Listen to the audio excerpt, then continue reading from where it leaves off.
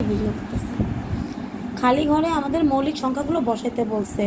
তো এখানে 1 নম্বরে কি দিছে দেখো, 9 সমান সমান একটা বক্স, ঠিক না? তারপর গুণ দিয়ে দিছে আরেকটা বক্স। আবার এখানে 2 নম্বরে দিছে 30 সমান সমান বক্স, খাতাটা আটকাও, বক্স গুণ বক্স।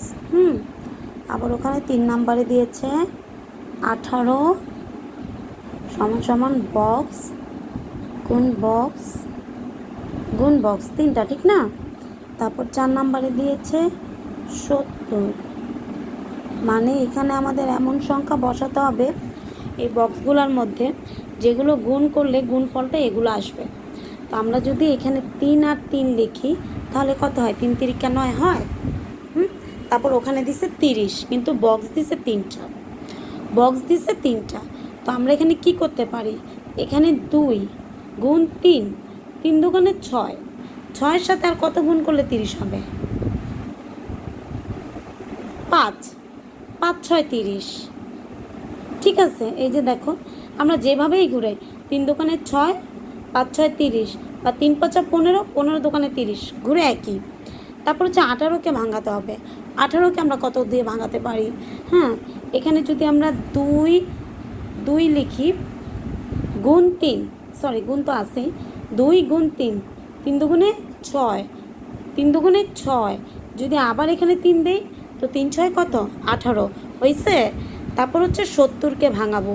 এখন 70কে ভাঙাবো, 70 আমরা কত দিয়ে ভাঙাতে পারি? 2টা বক্স থাকলে আমরা 7 আর 10 দিলেই এনাফ হতো, ঠিক না? এখন তো আমাদের 3টা বক্স, তো আমরা এখানে কত দিতে পারি? 2 গুণ 5, 5 দুগুণে 10, 10-এর সাথে কত গুণ করলে 70 হবে? 7, 7 10-এ 70। এবার বুঝতে পারছো এইগুলোর মৌলিক সংখ্যাগুলো কিভাবে বের করতে হয়েছে? মানে এমন সংখ্যা দিয়ে গুণ করতে হবে যেগুলোর গুণফলগুলো আমাদের এগুলাতে আসবে। বুঝছো বক্সের অঙ্কটা?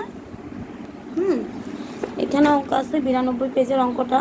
92 পেজের অঙ্কটা তোমার কি বলছে?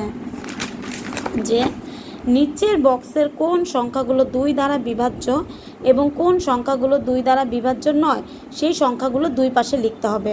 যেটা তোমার 2 দিয়ে নিঃশেষ হয়ে যাবে, কোনো ভাগশেষ থাকবে না, সেই সংখ্যাগুলো এখানে বসবে। আর যে সংখ্যাগুলোর ভাগশেষ থাকবে সেই সংখ্যাগুলো এখানে বসবে। যেমন এখানে আছে 18, 18কে আমি কি করতে পারি? 2 দ্বারা ভাগ করতে পারি। ভাগ করলে আমার কোনো কি থাকবে না? ভাগশেষ থাকবে না, থাকবে 9 দুগুণে 18। তাহলে সেটা কোথায় বসবে? এখানে বসবে।